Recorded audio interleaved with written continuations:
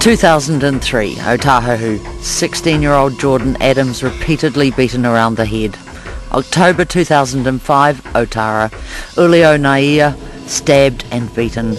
2006, Otahu, 24-year-old Whawhatai Lafalua, deliberately run over.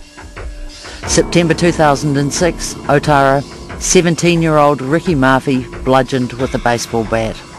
In the last 3 years, 10 young men have died in Auckland in conflict linked to youth gangs, 8 of those in South Auckland.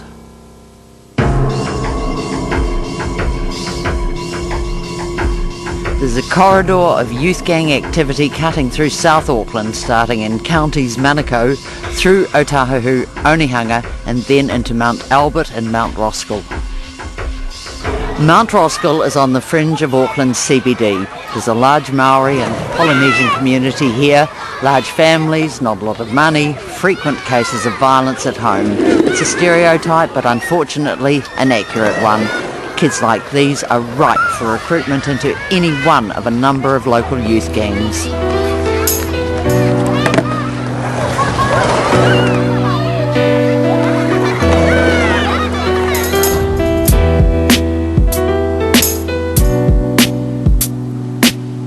I spent several nights on the streets with 2 of the largest and most dangerous youth gangs in Auckland. These guys belong to the Crips DMS, a catchy wee acronym. Don't money sex, you know? Yeah. There's another the money stealing Crip gang up in here, you know? The money stealing Crip gang number around 50, mostly Tongan, aged between 15 and 25, which makes them a youth gang. You know, like youth gangs is different than gangs, like, you know, Cobras, Black Powers, you know, we're different from them. We're youth gangs, you know, we terrorize the streets.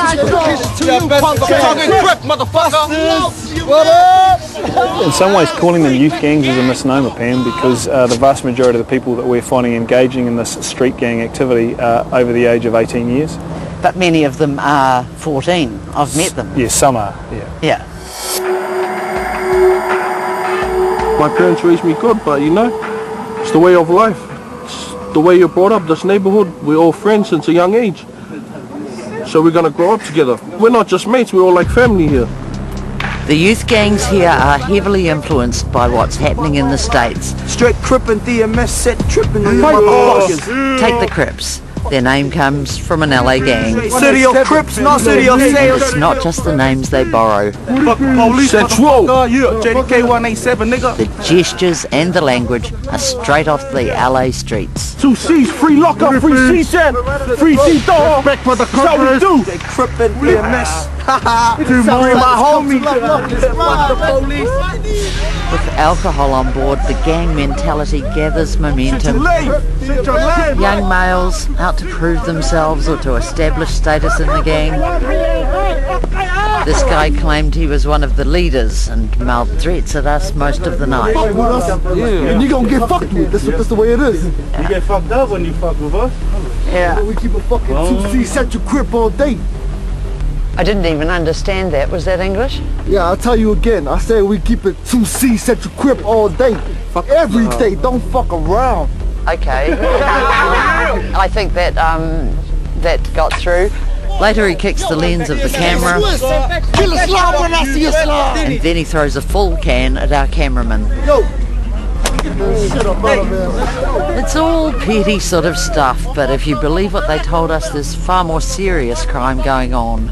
We do runners, we do egg robs, we do fucking burglaries, we do everything. Yeah, but we do standovers on dope, we do everything, we steal money, you know. When you say you do all those things, I mean, is there any law you wouldn't break? We'll break that law. Rules are meant to be broken, you know. We do everything, you know. Tell me more. Tell you more. Yeah. Well, you need to come for like a documentary for a week. Have you breaking the law? Well, You'll see people going getting locked up and on camera. You'll see. so, are we talking like murder? Murder. No, we haven't done murder yet. But we'll do murder where it comes down to it, you know. If someone does something to us we don't like, you know, we retaliate, and we retaliate with, anger shit.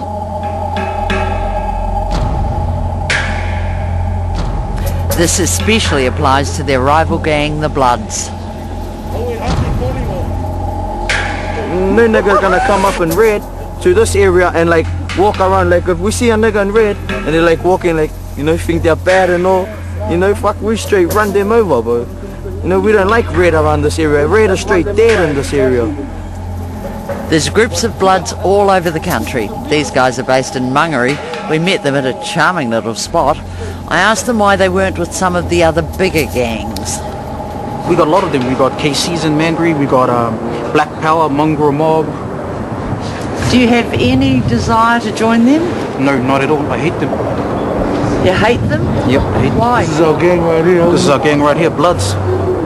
Why must there be hate, like with the Crips? Why must there be hate? Because they look at life differently compared to us. Fuck you, motherfucker. Well, I couldn't see much of a difference between them. There's little doubt these youth gangs carry out their threats of violence against one another. Last year, the Crips attacked a gang called the JDKs with all manner of weapons, including machetes.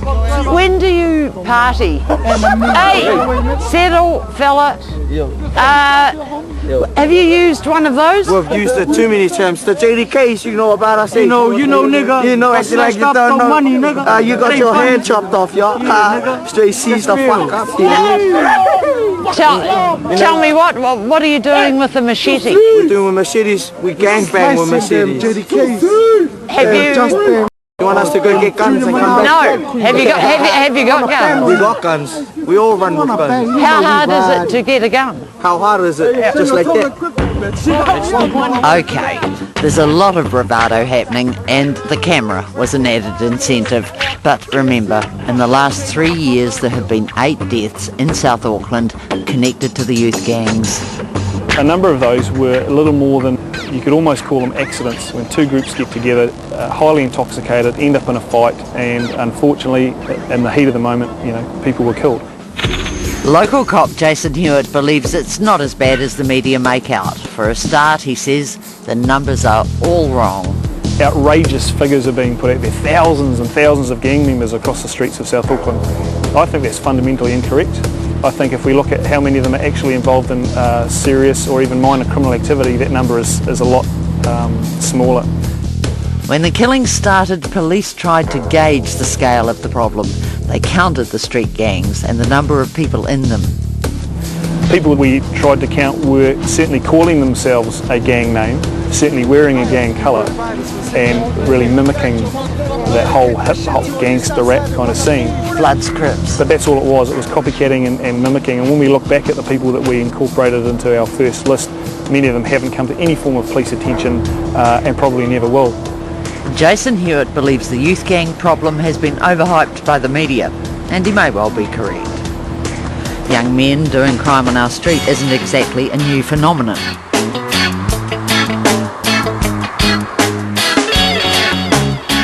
The Yogi Bears are one of the new generation of teenage gangs in Okara. 25 years ago, when there weren't cell phones or violent video games, these guys were a street gang in South Auckland.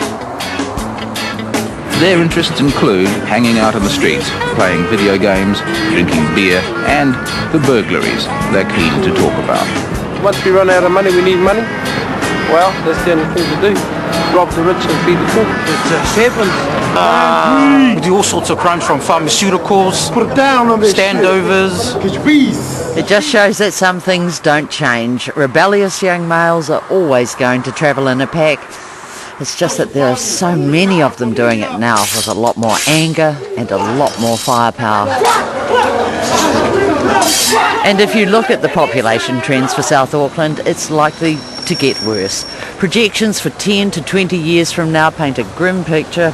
The Polynesian and Maori communities where gangs have a strong foothold will be even larger, and there'll be more cases of poverty, child abuse and domestic violence, all key ingredients in pushing a boy towards a gang life. After the break, is there a solution to the gang problem? How do you think it would help you in making decisions whether or not to join a gang?